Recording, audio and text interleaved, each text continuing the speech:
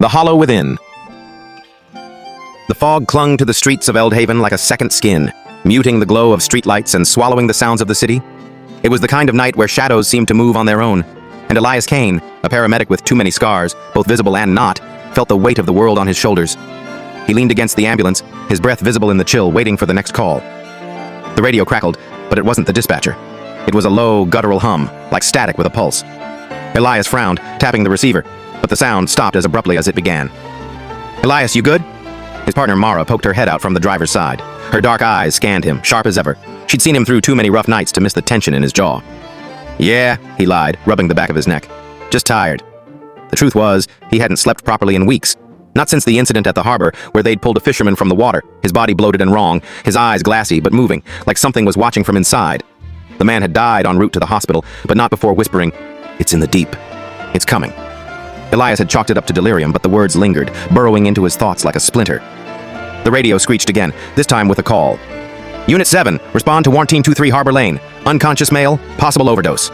"On it," Mara said, sliding into the driver's seat. Elias followed, the ambulance roaring to life as they cut through the fog. He tried to shake the unease, focusing on the job. Save lives. That was what he did. That was who he was.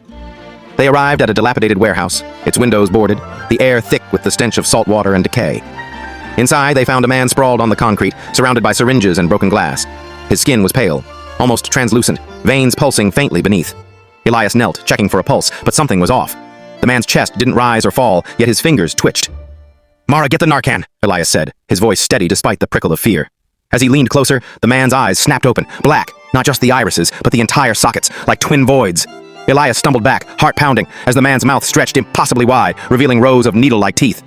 A voice, not human, rasped from within. "You'll do." Before Elias could react, a tendril shot from the man's mouth, slick and segmented, aiming for his face. He dove aside, the tendril grazing his arm, leaving a burning welt. Mara screamed, dropping the Narcan kit, as the man, or whatever he was, lurched to his feet, joints cracking unnaturally.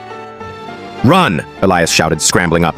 They bolted for the ambulance, the creature's footsteps echoing behind them, too fast, too wrong. Mara reached the driver's door, but the creature was on her, its tendril piercing her shoulder. She cried out, collapsing, as Elias grabbed a fire extinguisher from the ambulance and swung it, smashing the creature's head. It staggered, black ichor oozing, but didn't fall. "Elias!" Mara gasped, clutching her shoulder. He dragged her into the ambulance, slamming the door as the creature pounded against it, denting the metal. Elias floored the gas, the vehicle lurching forward, leaving the warehouse behind. Mara was pale, her breathing shallow, blood soaking her uniform. "Hang on," Elias said, his voice tight. He radioed for backup, but the static returned, louder, almost mocking. For complete story, follow the given link below. Please like and subscribe. Meesha's Quest Tales for